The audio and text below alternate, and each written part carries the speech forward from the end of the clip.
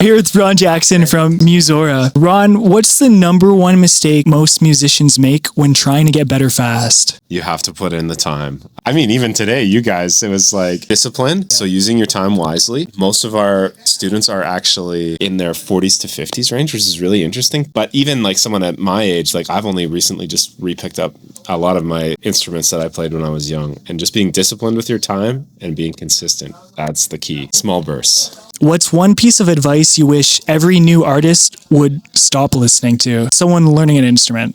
I think they should not believe the hype that AI is going to wipe out music. I don't think it is at all. I think something like what we did today, where we got to watch you guys work out a song and have that human experience, that's going to become the most important thing, is like seeing that it's authentic. And so I'm not worried about any of that stuff at all. I think it's a better time for musicians to get playing together. So yeah, don't worry about AI. I really needed to hear that. Who are your top 5 punk bands? Oh, well, obviously Mock Media, because they were here.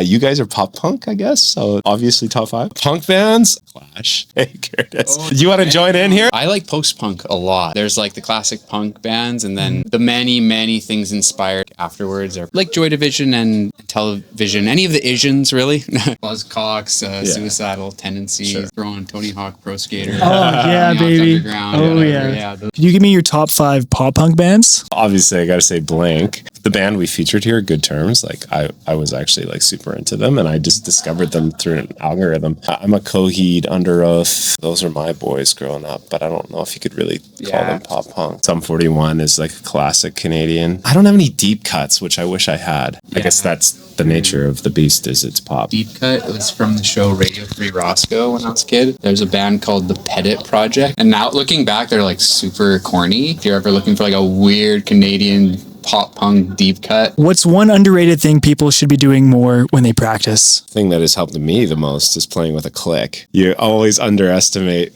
your timing until you actually play. Huge. And then something that really helps me is I record myself, not just audio, but visual. Mm-hmm. And that gives me just like a ton of information to go by. Oftentimes I'll notice something in my technique that's not right that I wouldn't have seen unless I'd been looking at it visually. How do you balance fun with discipline in music learning? Oh man, I'm a big believer in playing what you enjoy listening to, because I just think it's really hard to stay motivated as a musician if you're just doing something for the discipline's sake. I always try to find something that I'm into because it's way easier to be motivated to play that way. What's the lesson you learned helping build Musora that applies to being in a band? There's an illusion about being an artist that it's like a solo operation, but being an artist is way more like a team sport. Being a part of Musora, like everyone sees me on camera, but I am like such a fraction of what this brand is. Like so much goes on behind the scenes. Our editors, Curtis does camera and edits, and we have so many more people who are contributing so much to the story. I'm almost more like what you guys are doing here. Like I have a part on camera, you have a part on camera. You're making the freaking song. At the end of the day, so much happens behind the scenes. It's just staggering. I'm just a pretty face.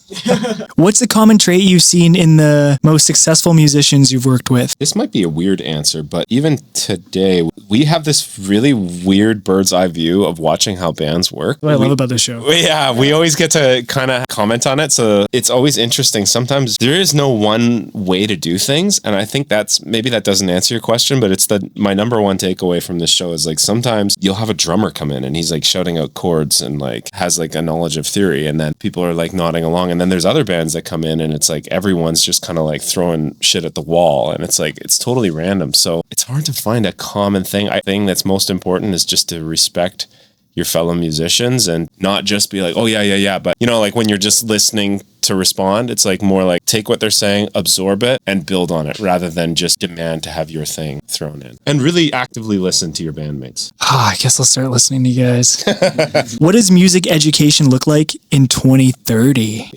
Teacher. I am Ron AI. I feel happy to be where I am because what Musora does isn't like dependent on like a gamified way of learning music. It's really about the human interaction and seeing people do it. I love the stuff we do on YouTube in particular because it's like show, don't tell. I don't know what you guys were like on your first band practice. The first time I ever played with my band, I showed up and I was like, I don't know how to jam. Like, I don't know what to do. And everyone just played over each other for a few hours till we kind of just figured it out. But this show is great because you get to see how people interact and what success looks like and how people share ideas. And music in 2030, the education side especially, is going to be just based in relationships and humanity. When you work with creators, what makes someone stand out? I'm definitely looking for bands that have something interesting visually going on. So when I met Blaine and everything, and your drumming is so dynamic, it's so cool. I love your Instagram page. And then I started following your band. And I just look for bands that are doing things that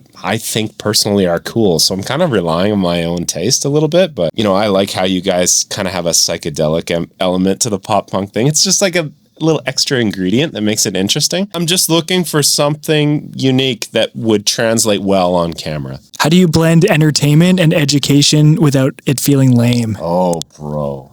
It's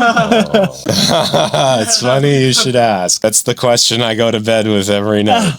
No, I think it's hard because like at the end of the day, like the core mission is that we know people will feel more joy by picking up an instrument and doing what you guys are doing. Think about what you feel today. Is like you couldn't get that feeling anywhere else. It's the most collaborative art form, I think, making music. It requires so much teamwork and just like participation with your friends, which is just so cool. Even when I feel like, hey, come join our app, it's like I know that people are getting joy from that. And I know that I myself benefit from it. So at the end of the day, yeah, if it feels a little corny, I got to pitch an ad or whatever. I ultimately believe in it. I think it's worth it. Last question. If you had 3 clips to make a stranger care about a band, what would they be? So this is kind of a content question for any bands or artists watching out there trying to... Oh, like get noticed. Yeah. Like get on the show. Come have beers with me at NAMM. That's a good place to start. How do you think we got? No, I honestly, half the bands I've worked with, I've just discovered through like social media. And I know it's like such a brutal thing to do because you just want to be out there making music. And that's what it is to be a band. So content is so hard. But yeah, you got to just put yourself out there and be the best at what you're doing. Be consistent, post twice a day. I know it sounds brutal. Come on our show. We'll do half of that for you.